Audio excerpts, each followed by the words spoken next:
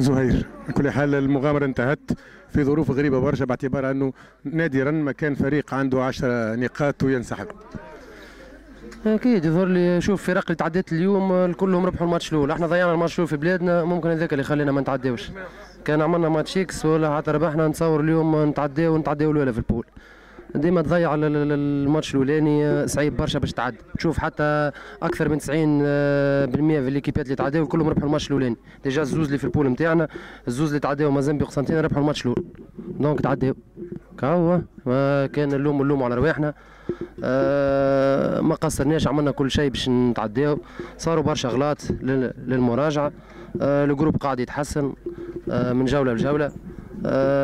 ديفونسيفمون قاعدين واقفين بالكدا.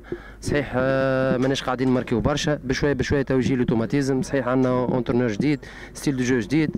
ان شاء الله من هنا لاخر الشامبيون والعام الجاي تبدا عندنا كيبا باهي نجموا نمشيو بها بعيد في الكوب دافريك. يعني بخلاف صحيح الهزيمه ضد قسنطينه هزيمه غريبه في الحقيقه للافريقي، كان يستحق على الاقل تعادل، انه تنحى له هدف شرعي ثم ضربه جزاء ضايعه. لكن هل تتصور انه السكور التاريخي في لوبومباتشي هو اللي زاد عنده تاثير؟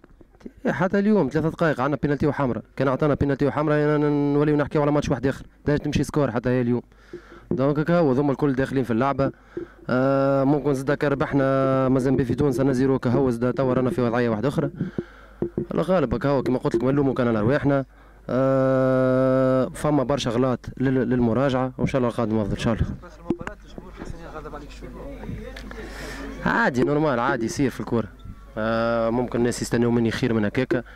انا اليوم لعبت مانيش في البوست نتاعي، جريت عاونت صحابي باللي نجم. طلب مني الكوتش باش نلعب 9 لعبت 9.